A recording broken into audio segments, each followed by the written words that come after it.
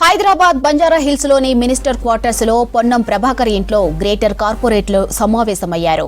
ఇక budget ప్రవేశపెట్టనున్నారు mayor Gadwal Vijayalakshmi.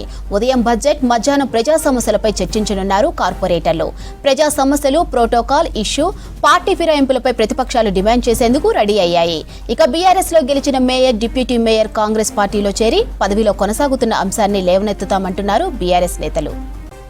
ఇక ఇప్పటికే ఎంపీ లక్ష్మణ్ అధ్యక్షతన జరిగిన బీజేపీ కార్పొరేటర్ల మీటింగ్ నిర్వహించారు. మరోవైపు కౌన్సిల్ మీటింగ్ మధ్యలో ముగించకుండా 2 సెక్షన్లు ప్రజా సమస్యలపై చర్చించాలంటుంది ఎంఐఎం. ఇక బల్దియా సమావేశంతో కాంగ్రెస్ అలర్ట్ అయింది. సిటీకి చెందిన పార్టీ కార్పొరేటర్లతో ప్రత్యేకంగా సమావేశమయ్యారు ఇన్ఛార్జ్ మినిస్టర్ పొన్నం ప్రభాకర్. ఉదయం బంజారా హిల్స్ లోని మినిస్టర్ క్వార్టర్స్ లో పొన్నం ప్రభాకర్ ఇంట్లో గ్రేటర్ కార్పొరేట్లు సమావేశమయ్యారు. ఇవాళ జరిగే జీహెచ్ఎంసీ సమావేశంలో అనుసరించవలసిన వ్యూహాలపై మార్గనిర్దేశం చేస్తున్నారు. మీటింగ్ లో మేయర్ గద్వాల విజయలక్ష్మి, ఎంపీలు, ఎమ్మెల్యే, ఎమ్మెల్సీలు పాల్గొనున్నారు. మీటింగ్ తర్వాత జీహెచ్ఎంసీ కౌన్సిల్ మీటింగ్ కు డైరెక్ట్ గా వెళ్లనున్నారు నేతలు. ఇక జీహెచ్ఎంసీ కౌన్సిల్ మీటింగ్, కాంగ్రెస్ కార్పొరేటర్లతో మంత్రి పొన్నం భేటీపై మరిన్ని డీటెయిల్స్ సదానందం అందిస్తారు. సదా, బల్దియా మీటింగ్స్ పై అప్డేట్స్ ఏంటి?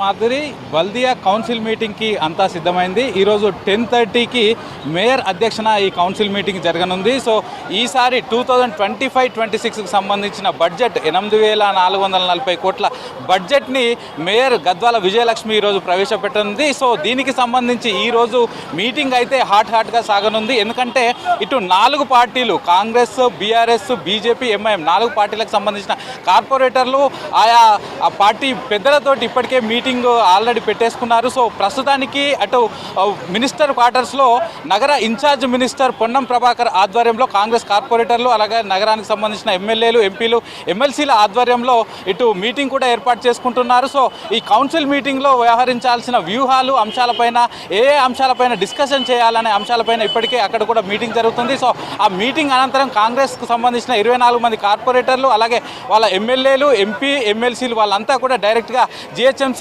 ఈ కౌన్సిల్ మీటింగ్కి రానున్నారు. మరోవైపు ఇటు బీజేపీకి సంబంధించిన కార్పొరేటర్లు కూడా ఇప్పుడిప్పుడే చేరుకుంటున్నారు. సో వీళ్ళు కూడా డిఫరెంట్గా నిరసన చేసుకుంటూ వస్తున్నారు. సో ఇటు మాకు సంబంధించి మా డివిజన్లో ట్యాక్స్లు ఎక్కువగా వస్తున్నా కానీ మా వాళ్ళు మాత్రం అసలు మా డివిజన్లకు ఎట్లాంటి ట్యాక్స్లు నిధులు కేటాయించట్లేదు అంటున్నారు. సో వీళ్ళు కొంతమంది బీజేపీ మేడం ఏంటి ఇట్లా డిఫరెంట్ గా వచ్చారు, అది కూడా భిక్షాటన చేసుకుంటూ ఎందుకు మేడం?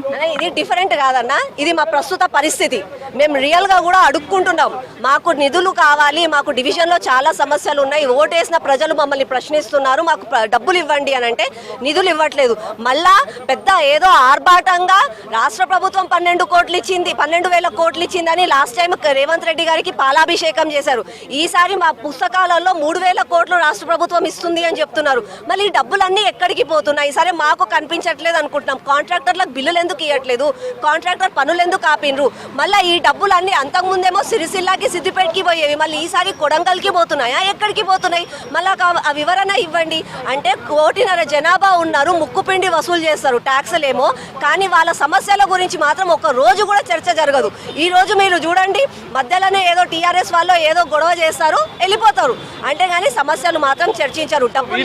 అంటే ఈసారి గతంలో ఎన్నడూ లేని విధంగా హైయెస్ట్ 8,440 కోట్ల బడ్జెట్ చేస్తున్నాం, దీని ద్వారా నగరాన్ని డెవలప్మెంట్ చేస్తామని చెప్తున్నారు. మీరేమన్నా?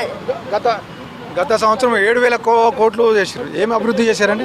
బేసిక్ కమ్యూనిటీస్ అంటే రోడ్స్, డ్రైనేజ్, డ్రింకింగ్ వాటర్, ఇవి బేసిక్ కమ్యూనిటీస్ ఏమైనా ఇచ్చిర్రా మీరు? ఈరోజు కేవలం భారతీయ జనతా పార్టీ కార్పొరేటర్స్ కానీ ఇలా బస్తీల డెవలప్మెంట్ గురించి పోరాటం చేస్తున్న పార్టీ. ఈరోజు మేము అందుకే నిరసన అని చెప్పి చేస్తున్నాము.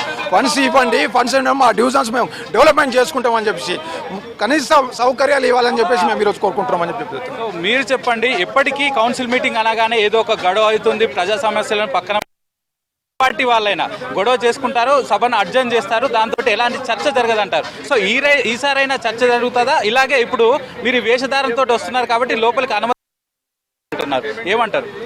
మేము ప్రజా సమస్యలు చూపించడానికే వచ్చాం. ఈరోజు కాంట్రాక్టర్లు అడుగుతున్నారు, కార్పొరేటర్లు కూడా మేము అడుగుకుంటున్నాం. ప్రజల యొక్క బేసిక్ కమ్యూనిటీస్ కావాలి. ఈరోజు స్ట్రీట్ లైట్ వెలగడం లేవు, రోడ్లు బాగాలేవు, స్టానిటేషన్ చక్కగా లేదని చెప్పి మేము అనుకుంటున్నాం. దాని మీద చర్చకు సిద్ధం, లోపలికి పోతాం. ప్రజల పక్షాన భారతీయ జనతా పార్టీ కార్పొరేటర్లు పోరాడతారు.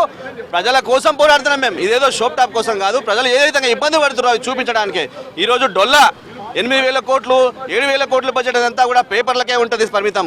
మరి 7,000 నుంచి 8,000 కోట్లు అయితే అంతకుముందు ఉన్నటువంటి అభివృద్ధి ఎక్కడ పోయిందని చెప్పి ఈరోజు నేను అడుగుతా ఉన్నాము.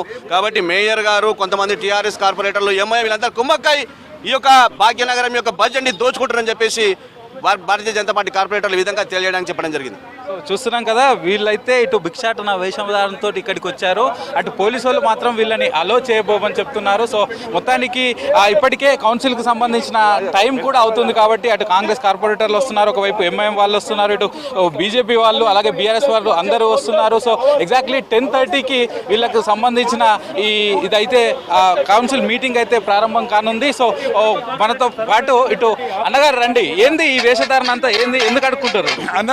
ఇది ఈరోజు వేషధారణ మాత్రమే, కానీ వాస్తవంగా మేము ప్రతిరోజు జరుగుతుంది ఇదే.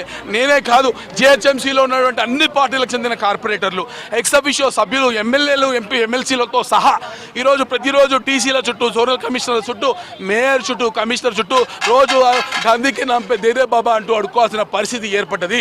బడ్జెట్ ఏదైతే చెప్తున్నారు 8,500 కోట్ల రూపాయలు పూర్తిగా అవాస్తవిక బడ్జెట్. గత ప్రభుత్వం బడ్జెట్లో ప్రభుత్వం ఇస్తా అన్నటువంటి 1,200 కోట్ల రూపాయలు ఒక్క రూపాయలే. స్టేట్ ఫైనాన్స్ కమిషన్ గ్రాంట్స్ గుండు సున్నా, motor vehicle tax, professional tax ఏ ఒక్కటి కూడా రాలే. స్టాంప్ డ్యూటీ పేరుతో 3,000 కోట్ల రూపాయలు ఇచ్చా అన్నారు, అవి పీడీ అకౌంట్లో వేసి రిలీజ్ కాకుండా పెట్టిర్రు. నిజంగా మీ దగ్గర డబ్బులుంటే 10 నెలల నుంచి కాంట్రాక్టర్కి బిల్లులు ఎందుకు పేమెంట్ లేవు? 6,000 కోట్ల రూపాయల అప్పుల్లో ఒక్క రూపాయి కూడా ఎందుకు తీర్చలేదు? ప్రతి సంవత్సరము 2,000 కోట్ల రూపాయలు వడ్డీకి కడుతుంది జిహెచ్ఎంసీ. 2,000 కోట్ల రూపాయలు వడ్డీకి కడుతూ ఉంది. మరి ఎందుకు వడ్డీ కడతా ఉంది? నేను అడుగుతా ఉన్నా, నిజంగా చిత్తశుద్ధి ఉంటే 10 కోట్ల రూపాయలకి నిమిషం చొప్పున కేటాయించిన 14 గంటలు బడ్జెట్ పైన చర్చ జరపాలి. 1,20,00,000 మంది జనాభాకి సంబంధించినటువంటి అంశం ఇది, వాళ్ళ బతుకులకు సంబంధించిన అంశం ఇది, వాళ్ళ రక్తంతో కట్టినటువంటి పన్ను ఇది. దీన్ని పూర్తిగా సమాధానం చెప్పాల్సిన బాధ్యత ఉంది. పారిపోకుండా చర్చ చేపట్టాలని మేము డిమాండ్ చేస్తా ఉన్నాము. చూస్తున్నాం కదా, సో వీళ్ళైతే మొత్తానికి ఈ ప్రజా సమస్యలపైన చర్చ చేపట్టాలని డిమాండ్ చేస్తున్నారు. మరోవైపు వీళ్ళని అనుమతించబోమని పోలీసులు చెప్తున్నారు. ఇక మరోవైపు ఇటు కాంగ్రెస్ పార్టీకి సంబంధించి కూడా వాళ్ళు ముఖ్యంగా గతంలో ఎప్పుడూ లేని విధంగా ఈసారి అంటే లాస్ట్ 1 ఇయర్గా కాంగ్రెస్ గవర్నమెంట్ నుంచి బల్దియాకి ఎక్కువగా బడ్జెట్లు నిధులు వచ్చాయి. రీసెంట్గా 3,030 కోట్ల రూపాయలను కూడా అటు రిజిస్ట్రేషన్ శాఖ నుంచి రావాల్సిన నిధులను కూడా గవర్నమెంట్ బల్దియాకి ట్రాన్స్ఫర్ చేయించింది. అలాగే హెచ్సిటీ ప్రాజెక్టుల కింద 7,000 కోట్లకు పైగా రూపాయలు ఇవ్వబోతున్నాం. సిటీలో కొత్త ప్రాజెక్టులు, ఫ్లైఓవర్లు తీసుకురాబోతున్నాం. ఆ అంశాలపైన డిస్కస్ చేయాలని అటు కాంగ్రెస్ పార్టీ నేతలు కూడా రెడీ అవుతున్నారు. సో మొత్తానికైతే ఇటు బల్దియాలో జరగబోయే ఈరోజు కౌన్సిల్ మీటింగ్ అయితే హాట్గా జరిగే అవకాశాలు అయితే కనిపిస్తున్నాయి. మాధురి.